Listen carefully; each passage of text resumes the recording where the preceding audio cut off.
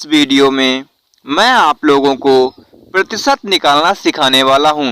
जी हां दोस्तों, यदि आप लोग प्रतिशत निकाल नहीं पाते हैं और प्रतिशत के सवालों को सॉल्व करना सीखना चाहते हैं तो इस वीडियो को शुरू से लेकर के अंत तक जरूर देखिएगा, क्योंकि मैं आप लोगों को इस वीडियो में ये 3 क्वेश्चन कराने वाला हूं, जिसमें से ये लास्ट वाला की है 23 रुपए का 60% कितना होगा। ये सवाल आप लोगों के लिए बहुत ही महत्वपूर्ण होने वाला है।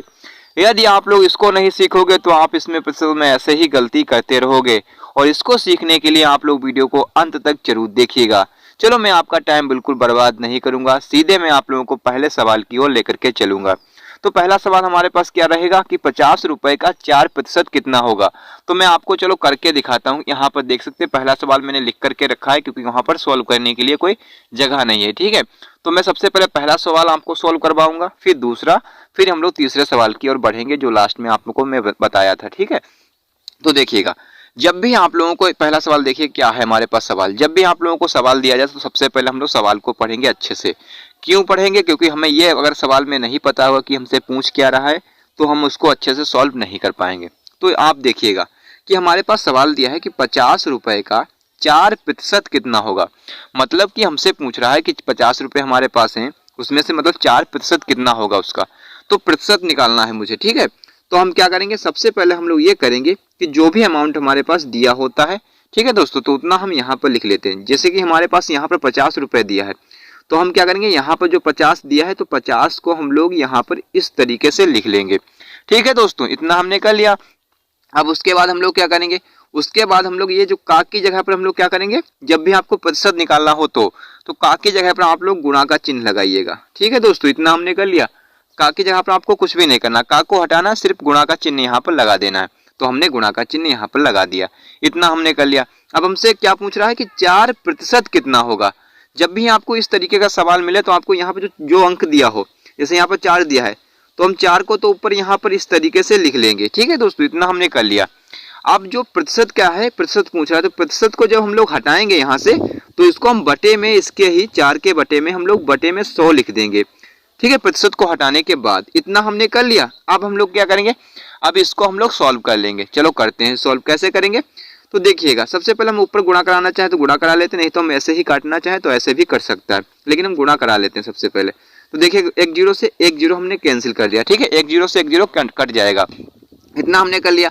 अब क्या करेंगे, अब इसकी हम लोग गुणा कराएंगे। ऊपर कौन कौन सी संख्या बची है, 5 और 4 की, तो 5 चक्कू कितना हो जाएगा, 20। अब 20 हो जाएगा, बटे में कितना बचेगा हमारे पास, 10। तो 10 को हमने यहाँ पर लिख लिया। अब इसको काटेंगे, देखेंगे ये संख्या कितनी बार में कटेगी, तो कट जाएगी 10 एकम 10 और 10 दूना 20 से 2 बार में कट जाएगा। अब 2 बार में कटेगा तो 2 इसका क्या हो जाएगा, राइट आंसर हो जाएगा। क्या होगा, 50 रुपए का 4% कितना होगा, तो 2 रुपए, मतलब रुपए में पूछ रहा हमसे तो रुपए हो जाएगा। क्या होगा, 2 रुपए, 50 रुपए का 4% मतलब 4% या 2 रुपए हो जाएगा। ठीक है दोस्तों, इस तरीके से हमने पहला सवाल तो सॉल्व कर लिया है। क्या होगा, 50 रुपए का 4% 2 रुपए होगा, इसका राइट आंसर ये हो जाएगा। ठीक है दोस्तों, तो इस तरीके से हम लोग प्रतिशत निकाल सकते हैं। ये तो था थोड़ा इजी सवाल। अब हम लोग थोड़ा बढ़ते हैं अपने थोड़े हार्ड सवाल की ओर, फिर हम लोग बढ़ेंगे तीसरे और सबसे इम्पोर्टेंट सवाल की ओर, क्योंकि ये हमें करना ही करना है, वरना आप इसमें कोई चीज समझ नहीं पाएंगे। ठीक है दोस्तों, देखिएगा क्या है हमारे पास दूसरा सवाल। अब कि हमारे पास दिया है कि 37 रुपए का 10% कितना होगा। अब आपसे यहाँ पर 10% पूछ रहा है 37 रुपए दे करके, तो हमें क्या करना है, वही तरीका हमने अपनाना है। जो भी संख्या हमारे पास यहाँ पर दी हुई है तो सबसे पहले हम उसको यहाँ पर लिखेंगे। 37 दिया है, 37 को हम लोग यहाँ पर लिख देंगे। ठीक है दोस्तों, हमने यहाँ पर लिख दिया। अब का है हमारे पास, का को हटाना है, क्या करना है हमें, का की जगह पर गुणा का चिन्ह लगाना है, और हमने गुणा का चिन्ह यहाँ पर लगा दिया। ठीक है दोस्तों, इतना हमने कर लिया। अब क्या है, 10% पूछ रहा है, तो यहाँ पर 10 दिया है अंक, तो 10 को हम ऊपर लिखेंगे, और प्रतिशत को जब भी हम लोग हटाते हैं तो बटे में हम लोग प्रतिशत की जगह पर 100 लिख देते हैं। ठीक है दोस्तों, इतना हमने कर लिया। अब इतना करने के बाद में अब इसको हम लोग सॉल्व करेंगे। चलो करते हैं। तो ऊपर एक जीरो, तो एक जीरो से एक जीरो हमने पहले ही कैंसिल कर लिया। ठीक है दोस्तों, इतना हमने कर लिया।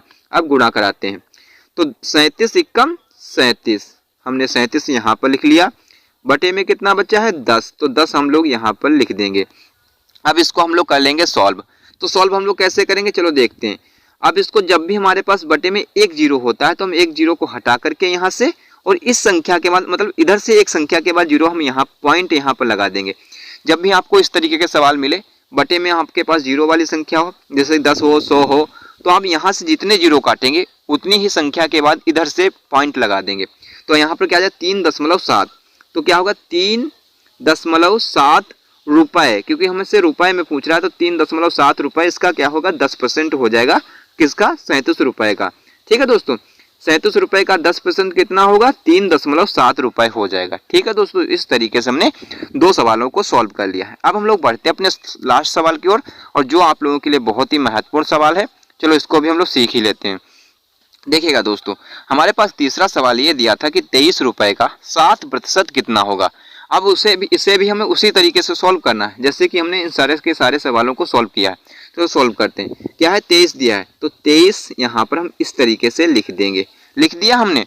अब क्या करेंगे, अब हमारे पास का है तो का की जगह पर क्या करेंगे हम लोग गुणा का चिन्ह लगाएंगे। लगा दिया हमने।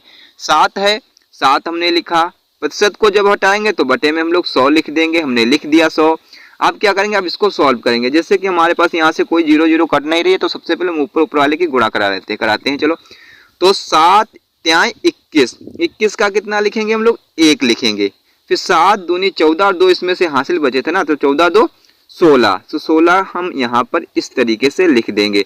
तो क्या आ जाएगा यहाँ पर 161 ऊपर आ जाएगा। बटे में कितना है 100, तो बटे में हम 100 यहाँ पर लिख देंगे। ठीक है दोस्तों, अब इतना हमने कर लिया।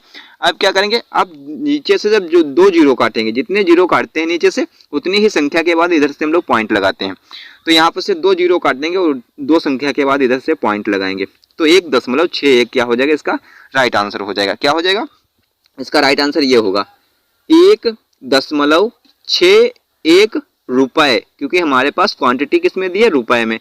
तो यहाँ पर 23 रुपए का 7% कितना होगा 1.61 रुपए होगा। जी हाँ दोस्तों, तो इस तरीके से हमने तीनों के तीनों सवालों को सॉल्व कर लिया। आई होप कि आप लोगों को ये वीडियो अच्छा लगा होगा। अगर आप लोगों को ये वीडियो अच्छा लगा तो वीडियो को लाइक एंड चैनल को सब्सक्राइब करना बिल्कुल ना भूलें। वीडियो देखने के लिए thanks for watching this video.